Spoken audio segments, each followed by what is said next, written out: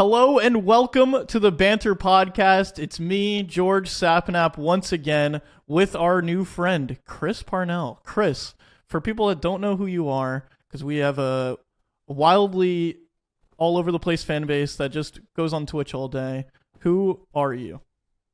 Well, a lot of people know me from Rick and Morty. I play Jerry, the dad. I also play Cyril Figgis on Archer.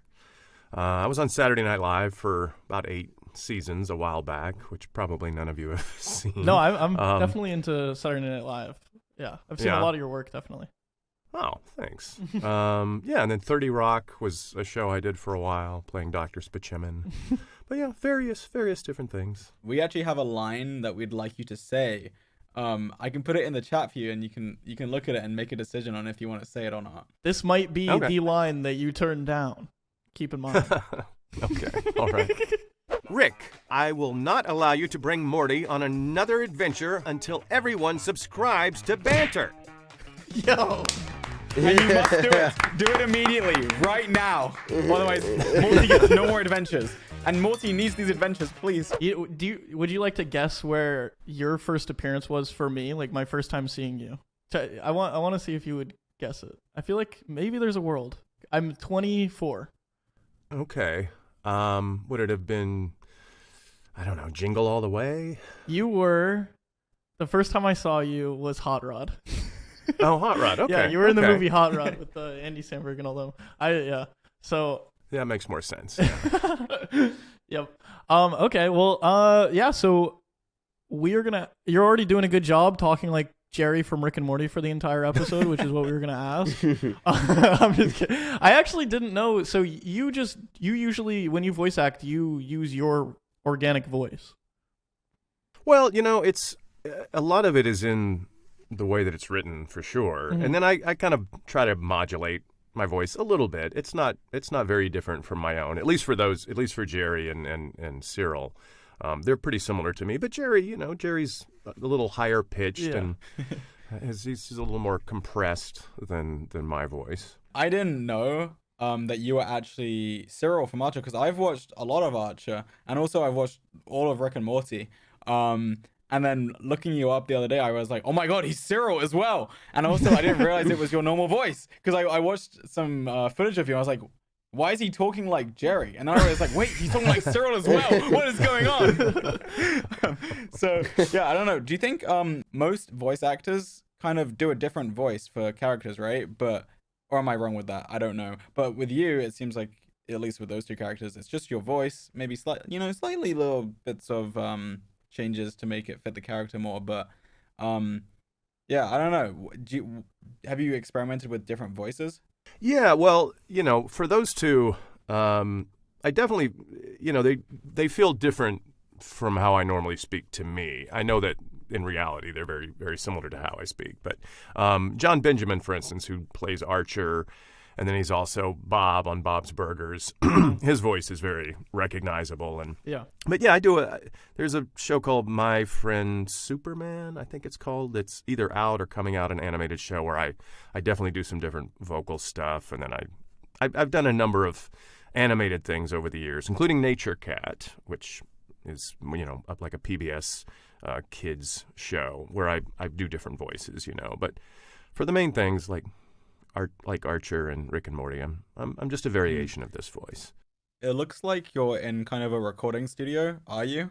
I am. I'm in my voice booth. I'm set up for good audio in here, but not necessarily great video, as you can see. But is this where you record your voiceovers for the shows, or do you go to somewhere else? The only ones I record from here are Family Guy and American Dad, which I have like recurring parts on. But for Rick and Morty and Archer and everything else, I go out into a studio. This is mostly I do auditions in here, actually. So who are you in Family Guy? I am Doug in Family Guy. One of Stewie's nemesis. And Peter. He's Peter Griffin as well. No, I'm not Peter. Yeah. Do the Peter voice. Do the Peter voice. What I was gonna say is, I think that you have done a really commendable job at something that I really want with my life, where it seems like you've taken multiple things that you are either, I don't know if you're passionate about, I guess I can't speak on your passions, but stuff that you're good at, and you've done many different directions, kind of in the same way like the artist Tyler the Creator. He's a musician, and he also does the videography for all of his music videos, and he also has like a clothing line. You know what I mean? So like, what do you like? When I say this, I'm talking about like you do comedy. Obviously, you worked with SNL. You've done on-screen, like physically, like real life talent work, and then you've also done a lot of voice work. I guess my question is, where do you think you find the most fun? Like now, what is your favorite? My favorite thing is still definitely doing on camera. I love doing the voiceover. I feel very lucky that I get to do it and do so much of it, especially on shows that are as well written as Rick and Morty and Archer are. But yeah, I still love being with other actors, because all of those shows, most voiceover work for animated shows is done individually, separately, which is great for efficiency and time and all that. But, it's fun if you're doing an on-camera thing, a movie or TV show, to be there with the other people and enjoy that camaraderie, and get to know people. And that's the most fun to me. Yeah, kind of like the movie that has just recently released, Senior Year. If you want to talk about that a little bit. Sure. Yeah. Well, I did this movie a couple of summers ago in Atlanta called Senior Year. It stars Rebel Wilson. It's been on Netflix for a while, but we just got nominated for People's Choice Award for Comedy Movie of 2022. So if you want to go to, what is it? Vote PCA, I think. VotePCA.com. Yeah. But I'd rather that than like a virus or something, it turned out. Yeah, go to this address. You'll find a surprise there. You might not like it. But yeah, if anybody wants to vote for Senior Year, that would be great. Yeah, everybody vote for Senior Year, because Senior Year is the only one that has had somebody on Banter. So there you go. That's enough of an argument for me. Absolutely. We can say we had a People's Choice Award winner. Yeah, there we go. That's right. Yeah, right now a nominee. No, it doesn't sound as cool as winner, though. So we're going to have to fight for that. It doesn't. Thank you. Please fight for it. You said that a lot of the time the voice acting you do, it's solo. So how does that work? So like, let's say like the first person, like there has to be someone that does like the voice acting like completely by themselves without like hearing a voice like talk back to them. How does that work? Like, isn't it like much more difficult to try and like, sound like you're talking in a conversation without hearing, the voice that's actually gonna be portrayed in the show, like talking back to you? Well, what usually happens with that is that whoever is directing me in the session, either they or somebody else part of the production team will read the other character's lines. But even that's only if there's like a lot of back and forth between two people, because it definitely helps to have that other person reading with you. But a lot of the lines are just kind of one-offs or said in the middle of a much bigger sort of scene. And you just do those a few times on your own. Maybe somebody reads you in with the other character's lines, and then you do it yourself a few different times. But, also, with these characters, with Rick and Morty and Archer, I know what the other voices sound like almost always. And, I can sort of imagine how they're going to say it or react. And then the person who's reading with me, they know the show very well too. So do you have like any favorite moments or something interesting that an average viewer wouldn't know from voice recording or voice acting on Archer or Rick and Morty that you think is cool? The only behind-the-scenes stuff is if we go to Comic-Con or something, and get liquored up together. Comic-Con's got to be wild for you. It's really fun, This year, I was glad we were able to go back to it, but it was a little more subdued than what it has been in the past. Like, we didn't go out to the floor and do signings like we usually do, which was a bit of a bummer, but, trying to be COVID safe and all that. Yeah. But yeah, we like each other, and it's fun when we get to see each other. That's for both casts, and it's nice to hang out and go have dinner and all of that. But when the recording is going on, it's kind of straight ahead. There's not too much in the way of hijinks or silly stuff. Hop in the booth, say the lines, and leave. Right. Nothing special. Kind of, yeah. A disappointing answer. I was expecting there to be some crazy behind-the-scenes stuff. Just make something up for us at that point. Sure. Well, usually I record naked, and so that gives the engineer a nice surprise. That's awesome. What do you see is like? Do you notice like differences in recording from one to the other? whether it be Archer, Rick and Morty, or like any of the other projects you've worked on? Usually it's usually kind of in the same mode for all of them. As long as your engineer knows what they're doing, your audio engineer, which they almost always do, and the people on the other end, you're usually, it used to be they'd be out in the control room, but now they're usually on Zoom, or if not always on Zoom, like with an iPad, which in some ways is like kind of more intimate because like you're looking at a good shot of their face, whereas if they're in the booth, they're like, way off in the distance, kind of behind glass. But they're all roughly, the same. Okay. Yeah, it's kind of just like once everybody understands what they're doing and what the show is. Some people get more direction than others on a show, and there are a number of things that I do guest star parts on where I might be more likely to get a little more guidance or direction, but it's all kind of roughly. Do you the prefer same. the guidance, or would you rather it be a little bit more hands-free? When it's good, which it usually is, Yeah. I like to have it because I'll have my own instincts about what I should do with a line, but somebody else is going to have some other ideas that might be better than mine, or might be work in conjunction with what I'm thinking of. So I like getting good direction, whether it's just voiceover or on camera. I haven't seen Archer in a while, but thinking about it, I think Cyril and Jerry are somewhat similar, right? Or am I They wrong? are a little bit. No, they are. Now I'm thinking about it. Are you like them too in real life? They're those kind of guys who are, kind of put upon and insecure. I can definitely relate to that.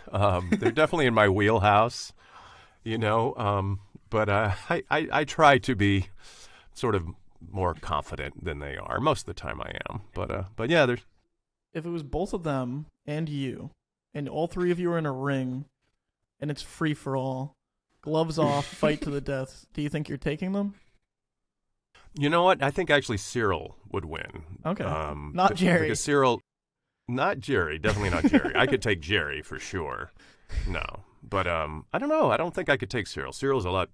He's better built than I am, and he's trained to be an agent too, a secret agent. I guess I didn't think that through too much, but you know what? Fair enough. Let's talk about for a second SNL.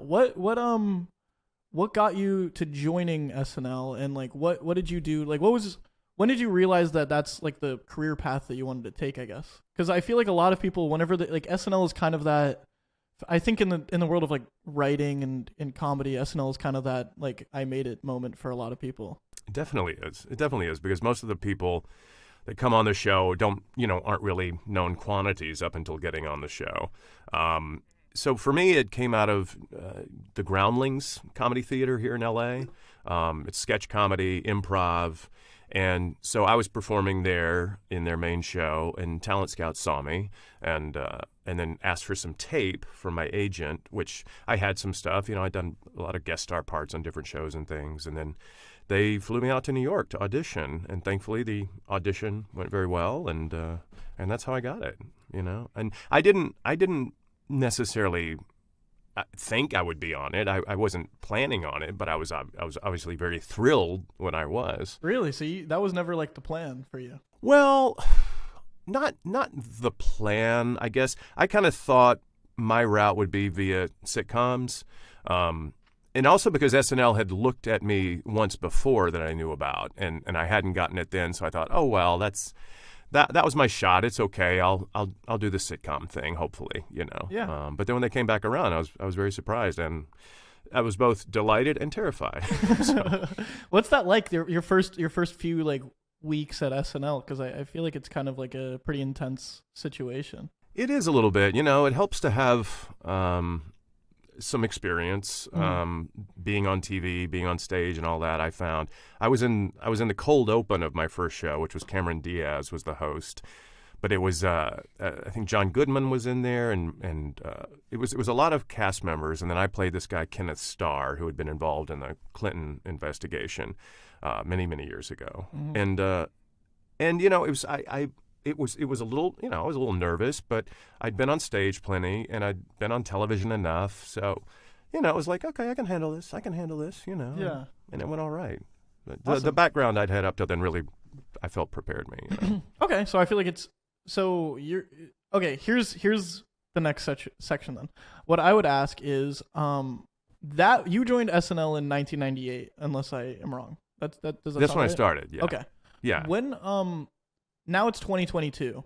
If somebody was attempting to try to become like get to that spot, maybe become like a comic and get into writing, like what do you think the avenue would be now? Do you think it would still be like trying to make it through SNL, is that the next angle for people still? I mean, I think SNL, continues to be really relevant. And I think it still has a good audience, maybe even better than when I was on the show. I think that's a great thing if you can make it onto SNL. That's amazing, and I went to drama school. I did the whole acting thing. That sort of started with that, and then going to the Groundlings Theater, going through their classes was kind of like going through a master's program, and then I did like student films. I kind of just did everything I could. So, what you can do now, obviously, thanks to the internet and YouTube and everything else, is you can make your own content and put that out there. Mm-hmm. Which is partly how I think Andy Samberg got to be on the show. He and Akiva Schaffer and Jorma Taccone, had the Lonely Island, which they still do, and they were making content before they got on the show, and that's part of how they got noticed, I think. So if you were to restart right now, you're at the beginning again, and you were trying to get to the same end goal, just get to the same spot that you are now, right? How would you go about doing that, would you say? I'd probably I'd do a lot of it the same. I might, make more of an effort to create my own stuff, and shoot it and put it out there into the world. Because when I was starting out, that wasn't really an option. I mean, YouTube didn't really become a thing until like my last year that I was on SNL, 2005, 2006. Yeah. And even then, it was still kind of just like the foundations of what it is now. Mm-hmm. Yeah, that was baby YouTube. Baby YouTube. It was just cat videos. It was cat videos, and then I think we did this video Lazy Sunday, me and Andy Samberg and Akiva and Jorma, and I think that helped. I think that helped YouTube. Because it got passed around a lot. You single-handedly created YouTube, basically. I thank you for saying that. I appreciate you acknowledging I think that's what that. you were trying to say. I was just getting it out for you. No, you got it right. You got it right. And I'm still waiting. I'm still waiting for my check. So. Do you have any favorite lines from either Rick and Morty or Archer that are like very memorable for you? Jerry has a line in one of the episodes where he screams to the heavens, "I am the Jesus Christ of Christmas." And that is and awesome. So when you're looking at the script and you see that for the first time, like, what do you think? I don't even understand. Like, oh my god. Surely it's like a little chuckle to yourself, and you're like, "Let's go." yeah, it kind of is. It's just like, oh, I love it. I mean, because I know the scripts are always going to be good and I mean, great, and so it's fun to see what they have for me. Do you ever see the script and want to make a change to it, and do they let you change it? Because you are the character, technically. So I don't know. I feel like I have no experience with your kind of job, but I would imagine you kind of feel a connection with the character, and perhaps you say to the writers, I don't think it would be like this. I think it'd be more like this. Or do you just take the script as it is? I mostly take the script as it is because, it's like it's half me and it's half the writing, if not more the writing, and the writing is so good that, if there's a few words that we want to switch around or change it a little bit, but I've never read a script and been like, oh, that's, I don't like that. I've got a much better idea, because there's so much work. There's so much work that goes into it before I ever even see it. Yeah. It's like it's pitched as an idea way back, and they figure it out, and then they write it, and then they rewrite it, and they punch up the jokes, and so much work goes into it before I ever see it. So, it's not the kind of thing where I'm like, oh yeah, I'm gonna make this better. My question was like, I've seen like a bunch of like stuff about, or not a bunch, but like a few times where a bunch of people who do voice acting and are working on a show will just have some fun and just say like ludicrous stuff and just like joke about and make characters like say stupid things. I was wondering if you've ever had like an experience like that. Well, there's sometimes points in a recording where there'll be like an everybody line, like all the different characters sort of talk at once, and so there's a lot of kind of freedom around that because it's, sometimes the lines are put down there, but there's a lot of freedom to kind of go crazy. I mean, the person who does that the most and the best is Justin Roiland, because so much of, I think, what he does on the show, it's written and he follows the script, but he also just improvises so freaking well. It's, it's amazing. And I haven't really, I don't know that I've ever seen him do it, but I just, I've heard about it, and then I sort of see the end result, and so I was like, oh yeah, I can see how Justin sort of was making that up on the fly, But awesome. I'm not as good as he is that way, I think, So you've never improvised a line? Yeah, like in the everyone lines, or if there's something that comes to me, nobody's so like serious about it that they're gonna be like, how dare you? So yeah, if something happens to come to me, if I get inspired, I might add something or say something in a different way. But I don't ask me to tell you what it is, because I will not remember. Do you think it's very important for somebody that wants to get into the profession that you're in to live in Los Angeles? It certainly helps, if what you want to do is be in television or movies, or probably even voiceover for that matter. I mean, so much of it happens here. Mm-hmm. I mean, after I was done on SNL in 2006, I was going to stay there because I had a great place in Soho that I loved, and I love New York.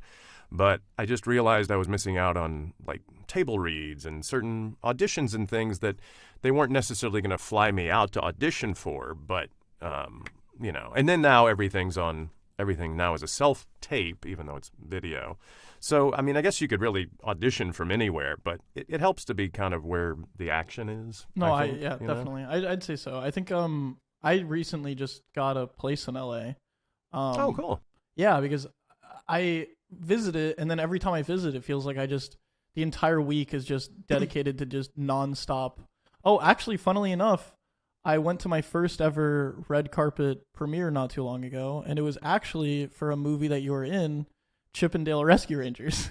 Oh, I was there at that too. So. Wait, what the heck? Oh my gosh! And you probably dodged me because you're like, God, I'm gonna have to talk to this kid pretty soon. No, pretty soon. no, I don't. Whoever there was on the carpet interviewing people, I would talk to them. So. That's awesome. Yeah, it was such a cool experience to me. I wasn't sure what to expect from that movie because I'm a massive Who Framed Roger Rabbit fan, and this looked like it was attempting to be like this generation's Who Framed Roger Rabbit. In certain ways. And I was worried I was going to hate it because I also love Chip and Dale as like characters. And I went into it being like, oh my God, am I going to have to pretend to like this in front of all these people that made it?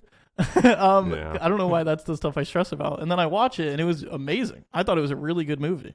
What is like the thing that you're most proud of so far in your career? I mean, there were a lot of sketches on SNL that I feel proud to have either co-created or just been a part of. And then the character Dr. Spachiman on 30 Rock, that material, the lines that I was given for that were also just so extraordinary. And that character, among a certain group of people, continues to sort of live on and have, finds new audience members for 30 Rock, and it's because it still holds up, I think. So those are the two that come to mind. But I'm really, I mean, when you have a show that's as well written as Rick and Morty, or a show like Archer that's as well written as that, you just feel lucky and grateful and thankful to get to do such wonderful material. If you had to pick Rick and Morty or Archer, you can only continue one of them. Which are you picking? Gosh, I don't know if I could pick. I mean, I've been doing Archer, for over 13 years, and then I've been doing Rick and Morty for, I don't know, maybe 7. It's been a long time since we did the pilot. But I don't know. I don't know if I could pick. They're both so fun to do, and they both have such sort of serious fan bases. People who love the show so much. Do you ever see yourself like writing like your own show in the way of like coming together from all of these experiences that you've had on shows, whether it be like voice acting, seeing the writing on your own way? Do you ever see like you being like, no, this is my turn now? Well, I'm in the early stages of trying to develop something with some friends of mine who are screenwriters, a television idea, and it was my original idea, and we're trying to find a producer for it, and so that's something that's going on. They're kind of the heavy hitter writers. I'm going to contribute, but they're the real pro writers. But yeah, I've got a lot of ideas that I've already brought to it, and we'll continue to if we're able to keep working on it. So that is something that you're doing in the future, and then other things could be, continuing on with comedy, continuing on with voice acting, because you've dabbled into so many different areas. Where do you see like future you? Like, what do you want to focus on now in your head? Like, in the next 5-10 years, like where do you see yourself direction going? Well, I mean, I would really love to see that show happen. Yeah. That would be amazing to get to make that and do it for a while. Short of that, I'd love to get on, like a good half-hour single-camera sitcom again, because as a form, that's something I really love to do. And then I love getting to do movies too. It's sometimes it's in LA and sometimes it's in New York or Atlanta or wherever. So that's kind of a fun thing to go, immerse yourself in for a little while. I just finally got on Instagram. I'm kind of late to the game. Just a little. Oh wow. Yeah, slightly. That's okay. Yeah, Do you have a TikTok? late. I feel like you would explode on TikTok. I don't have a TikTok. You got to work on that.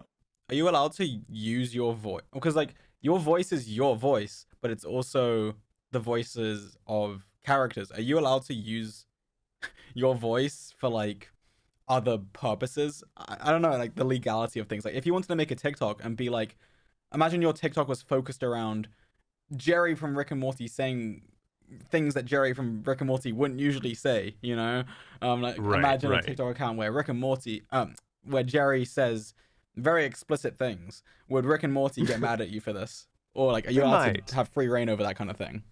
They might. I mean, that's the kind of thing where I would be, dancing a bit of a line, I think, because so much of what Jerry is in the script, is in the words.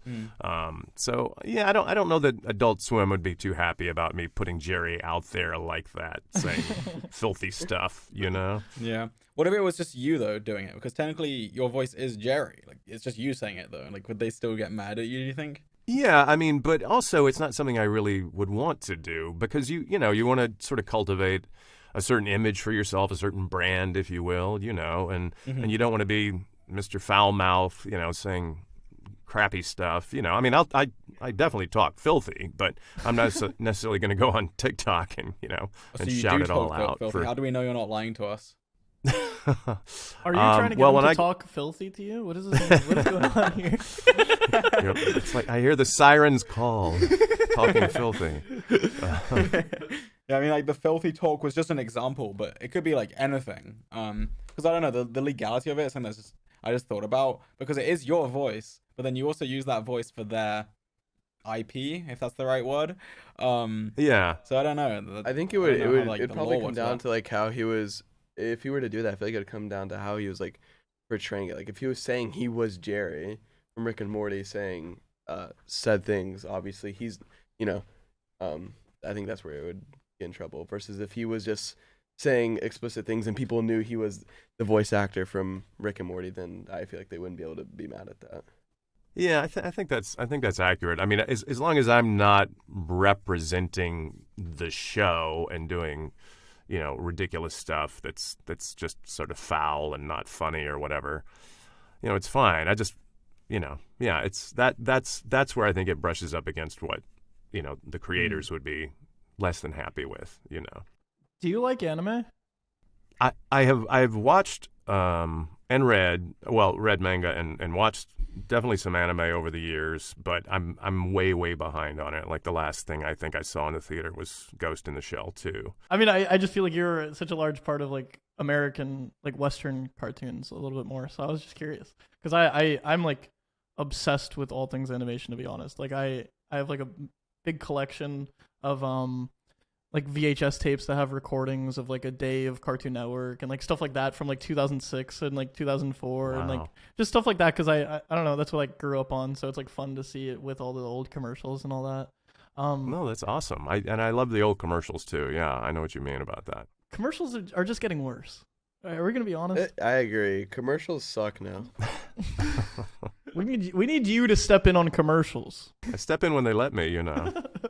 Hey, if you guys are listening and you're creating commercials, Chris Parnell would like in for lots of I money. would. We'll be the manager. We'll Exactly. take 10%.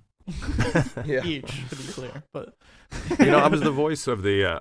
I don't know if you ever saw the Progressive insurance commercials with the talking box, but that was me. I was about to say all commercials are getting worse except for the Progressive box. That's what I was gonna say just now, and then you took the words out of my mouth.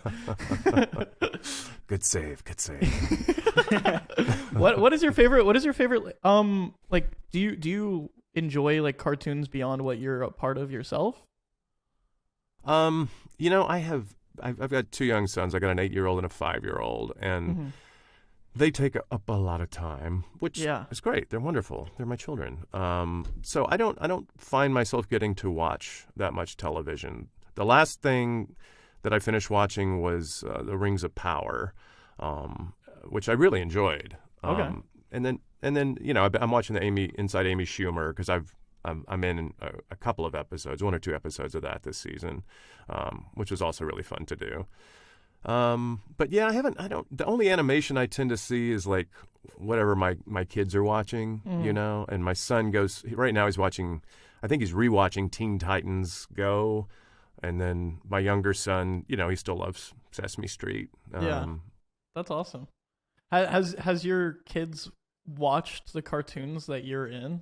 Damien, my older son, has definitely seen some Peabody and Shermans, and he enjoyed those. I was Mr. Peabody in the TV show that was out for a little while. And then I also do voices on Nature Cat, which they will sometimes sort of pick up on that it's me. I do sometimes narrator voices, and then sometimes I'm characters like this guy Houston and Sir Galahad, these different little animal characters that I am.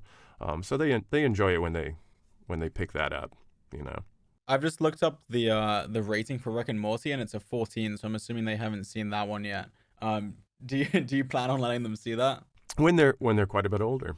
I think it will depend on, I would think it would probably be 14 or younger. It just depends on how mature I feel like they get, and if they're ready for that kind of material. If they're ready to hear their dad say that they're the Jesus Christ of Christmas. Well, that's fine. I'll say that anytime, but that's awesome. Have you ever done that with someone where you've shown them some of your work without saying it's you, and then they realize it's you? I think the only thing I've done is that maybe we'll show an episode of something to my wife, and not let her know that I'm in it, and she'll be pleasantly surprised, But she usually knows what I'm working on, so it's hard to surprise her, Yeah, that's what happened with me when I researched the other day and saw you were in Archer. I was like, oh my god, it all makes sense. I recognized like the voice. It matches up. Life finally had meaning for you. I get it. Yeah. Exactly. I was awakened. Yeah. I think that's probably a good point to kind of wrap. Chris, where would you like people to go if they want to support you in the best ways possible for you? What would you say? Well, I'm Mr.